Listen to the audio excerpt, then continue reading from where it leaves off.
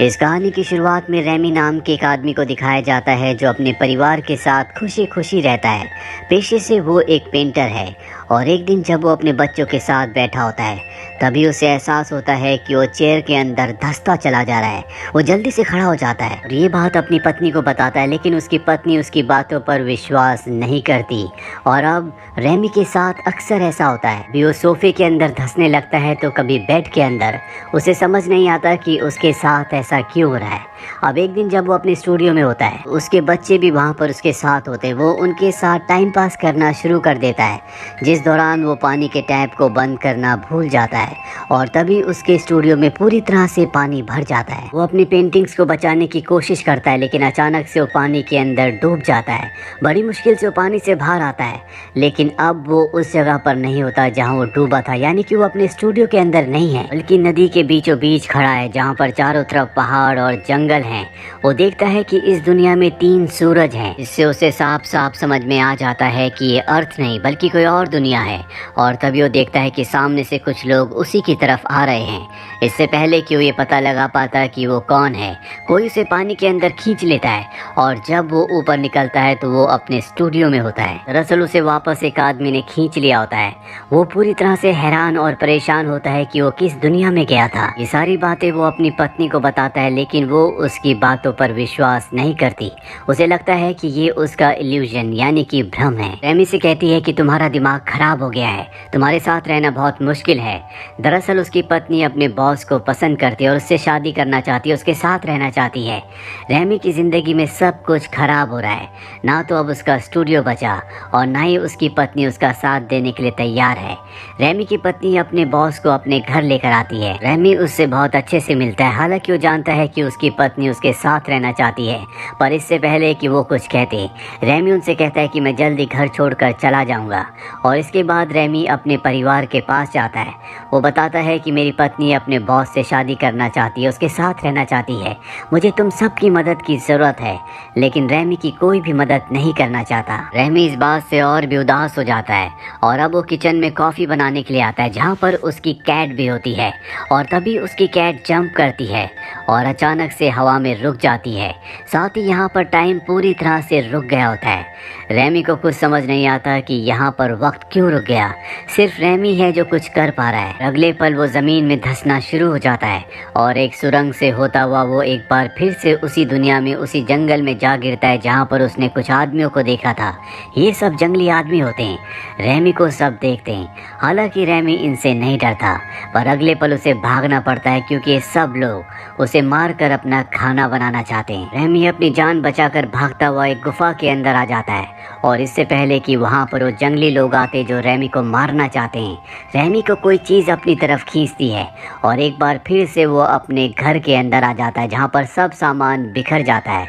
वो सबको बताने की कोशिश करता है कि उसके साथ क्या हुआ था, और उसकी बातों पर कोई भी विश्वास नहीं करता।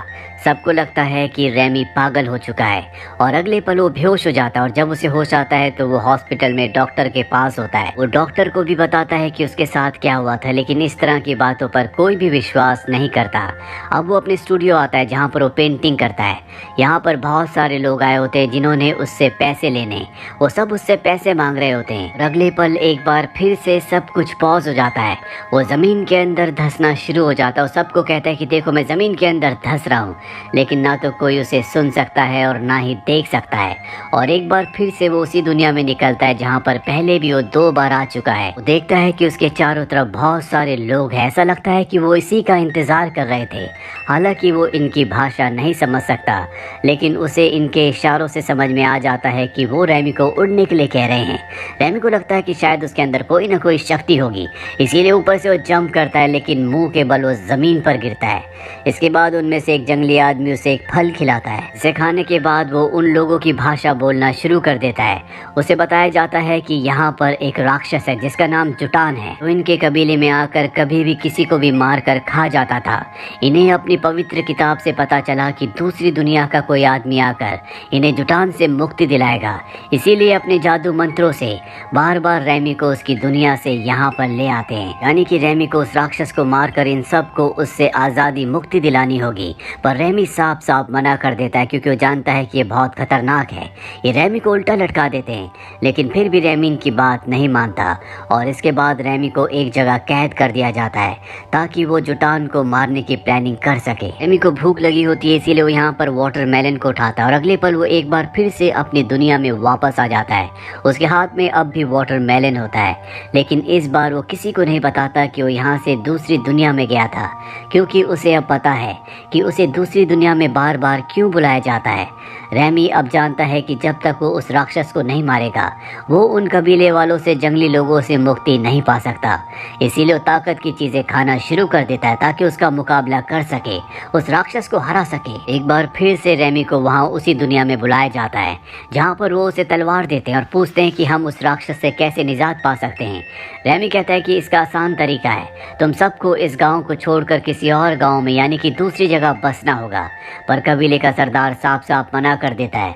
वो कहता है कि अगर हमने ऐसा किया तो आसमान से बिजली हमारे ऊपर गिरेगी, हम सब का खात्मा हो जाएगा। दरअसल आज तक कभी भी कोई इस कबीले से बाहर नहीं गया, सबका ये मानना होता है कि वो इस कबीले के अंदर ही रह सकते हैं। पर रेमी सबसे पहले कबीले के बाहर जाता है, जिसके बाद सब उसके पीछे कबीले से बाहर आ जाते हैं। और जब वे जंगल में होते हैं तभी जोडान के 2 आदमी आते हैं, लेकिन रेमी उनका मुकाबला करता है, उनमें से एक को मार देता है, जिसके बाद कबीले वाले रेमी को अपना सरदार बना लेते हैं।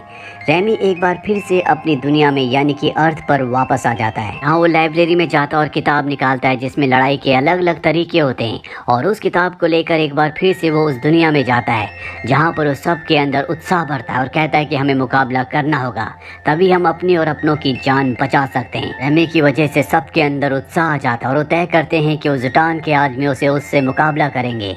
रेमी एक बार फिर से अपनी दुनिया में वापस आ जाता है और रात को जब वो अपने बेटे के साथ बैठा होता है तभी वो एक बार फिर से धंसना शुरू हो जाता है और उस दुनिया में दोबारा पहुंच जाता है जहां वो देखता है कि उसके लोग यानी कि कबीले के लोग जुटान के लोगों से लड़ रहे हैं, पर जुटान के लोगों की जीत हो रही होती है। इसीलिए वो अपने सभी लोगों को लेकर इस जगह से निकल जाता है और जुटान के लोगों को हराने का एक नया प्लान बनाता है।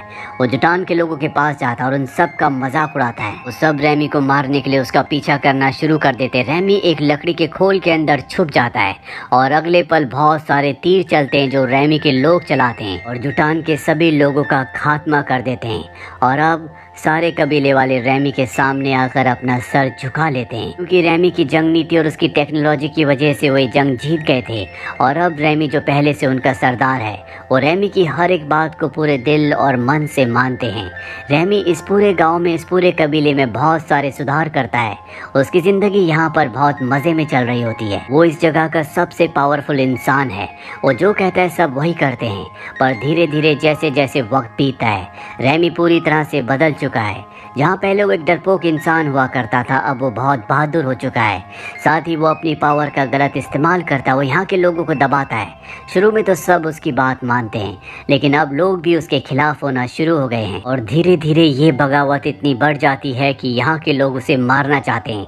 रेमी अपनी जान बचाने के लिए भागता है और इससे पहले कि लोग उसे मार दें रेमी ज़मीन के अंदर धंस जाता है और एक बार फिर से अर्थ पर वापस आ जाता है। उसे समझ में आ जाता है कि लोगों को राजा तो चाहिए, लेकिन किसी को ऐसा इंसान नहीं चाहिए जो उन्हें दबा कर रखे। रेमी अर्थ पर एक बार फिर से पेंटर की ज़िंदगी जीना चाहता है, इसीलिए पेंटिंग करना शुरू कर देता है। यहाँ पर एक लड़की से उसकी मुलाकात भी होती है और जल्दी ये दोनों एक दूसरे के करीब आ जाते हैं। और तभी रेमी एक बार फिर से ज़मीन के अंदर धंस जाता है और वापस उसी दुनिया में चला जाता है जहाँ पर उसे बताया जाता है कि जोटान अब भी जिंदा है, तुम्हें उसे ख़त्म करना होगा। रेमी जोटान से बिल्कुल भी लड़ना नहीं चाहता क्योंकि वो बहुत ताकतवर है, लेकिन यहाँ के लोग ज़बरदस्ती उसे उस गुफा के अंदर भेज देते हैं जहाँ पर जोटान रहता है। और अब उसके सामने जोटान होता है जो उससे हाइट में, कदकाठी में बहुत लंबा होता है। हालांकि रेमी बहुत डर रहा होता है, लेकिन उसके पास जो हथियार होता है वो जोटान की तरफ फेंकता है और उसका निशाना बिल्कुल सही लगता है। जोटान की मृत्यु हो जाती है और इस तरह से रेमी जोटान का खात्मा करके एक बार फिर से इन लोगों का हीरो बन जाता है। अभी भी आखिरी रस्म पूरी नहीं हुई आखिरी रस्म में ये रैमी को मार देंगे। रैमी को जब ये बात पता चलती है तो बहुत डर जाता है। यहाँ पर वो जादूगर वो आदमी भी होता है जिसने रैमी को यहाँ पर बुलाया था। उसके हाथ में वो जादुई चीज होती है जिससे उसने रैमी को इस दुनिया में बुलाया था। वो उसे आग में फेंक देता है ताकि दूसरी दुनिया का रास्ता हमेशा के लिए बंद हो जाए। वहीं अर्थ पर दिखाया जाता है जहाँ रैमी पूरी तरह से कोमा में जा चुका है। उसके सामने वो लड़की होती है जो उससे प्यार करती है। रैमी को उठाने की कोशिश करती है लेकिन रैमी नहीं उठता। वहीं दूसरी दुनिया में दिखाया जाता है जहाँ पर रैमी को मारने वाले होते हैं कि तभी उनमें से एक आदमी आग में जलती हुई उस चीज को जिससे अर्थ का रास्ता खुल सकता है उसे उठाकर पानी में फेंक देता है। इससे एक बार फिर से अर्थ का रास्ता खुल जाता है और रैमी वापस अपनी दुनिया में आ जाता है। उस वक्त वो हॉस्पिटल में होता है और अब वो पूरी तरह से ठीक हो चुका है। यहाँ पर रैमी की पत्नी भी होती है, साथ में वो लड़की भी जो रैमी को पसंद करती है। रैमी भी उसे पसंद करता है। दरअसल इस लड़की को नहीं पता होता कि रैमी की पत्नी भी है और जब उसे पता चलता है तो रैमी से कहती है कि तुम्हें अपनी पत्नी के साथ रहना चाहिए और ये कहकर वो वहाँ से निकल जाती है। रैमी की पत्नी को भी अपनी गलती का एहसास होता है। वो रैमी से माफ़ी मांगती है और कहती है कि मैं हमेशा के लिए तुम्हारे साथ रहना चाहती हूँ। रैमी की ज़िंदगी में अब सब कुछ पूरी तरह से ठीक हो चुका है। उसके पास अपना पूरा परिवार है। वहीं दूसरी दुनिया में दिखाया जाता है जहाँ पर रैमी का एक बहुत बड़ा स्टैचू बनाया जाता है क्योंकि रैमी कहीं ना कहीं उनका हीरो है। उसने राक्षस को और उसकी सेना को मारकर इन सब को हमेशा के लिए आज़ाद किया था और रैमी का स्टैचू बनाकर ये हमेशा के लिए रैमी को याद रखना चाहते हैं। और इसी हैप्पी एंडिंग के साथ ये कहानी, ये फिल्म यहीं पर ख़त्म हो जाती है। उम्मीद करते हैं कि ये कहानी आपको पसंद आई होगी।